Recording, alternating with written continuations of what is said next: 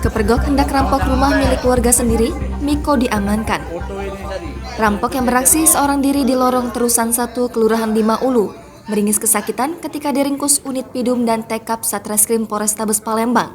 Karena mencuri 1 unit laptop, bahkan ia melukai kepala korban menggunakan batu. Pelaku adalah Miko yang masih memiliki hubungan keluarga dengan korban Ulpa Puspitasari, warga lorong Terusan 1 Kelurahan 5 Ulu. Ia diamankan ketika sedang nongkrong di daerah Kertapati, Palembang pada Rabu 27 Juli 2022 dan terpaksa dilumpuhkan dengan 1 tembakan timah panas ketika melawan saat ditangkap aparat. Kasat Reskrim Polrestabes Palembang, Kompol Triwahyudi mengatakan peristiwa pencurian terjadi pada 26 Juni 2022 sekitar pukul 21 waktu Indonesia Barat.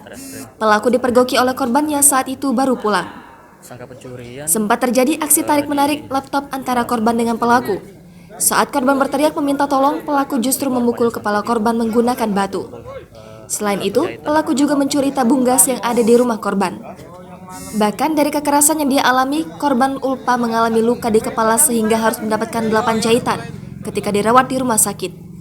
Lanjut Tri, diketahui pelaku masih ada hubungan keluarga dengan korban.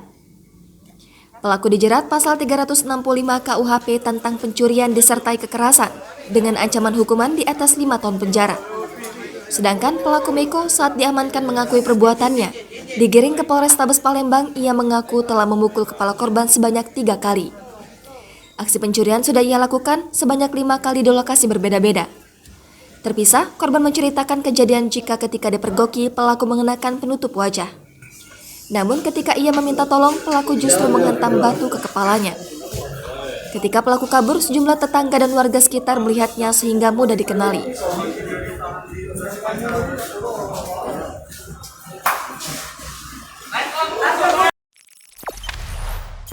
Jangan lupa subscribe, share, komen, dan like ya.